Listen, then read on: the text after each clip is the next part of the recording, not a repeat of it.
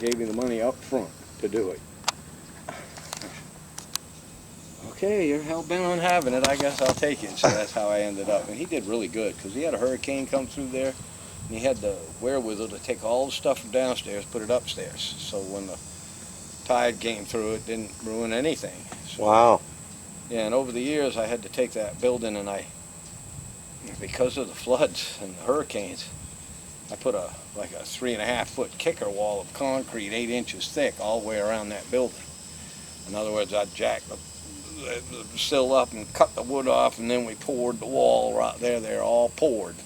They're not block walls. They're all poured walls. So then I just kind of set the wall and back down on it, and I did the whole house like that. Poured concrete on every floor on the bottom level and put tile down. And then now when it gets wet, there's no damage. You just got to get the water out and take some mildew away, and the house remains. It's been there for fucking 75 years. I mean, that's a pretty old house. So it's weathered hundreds of hurricanes, and it's right ground level.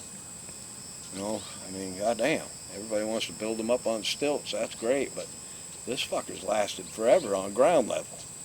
And it's like right at a point where the intercoastal and then the bay, the cocoa, is right there, so it's pretty active with the water. Huh. That's why it's eroded so much right there, because it's kind of like at certain times the water all runs down the point and it takes the shit with it, and then when the storm comes across, it washes it out, and that's how I ended up. I had like fucking 14 feet or something between my wall and the waterway. Now it's none.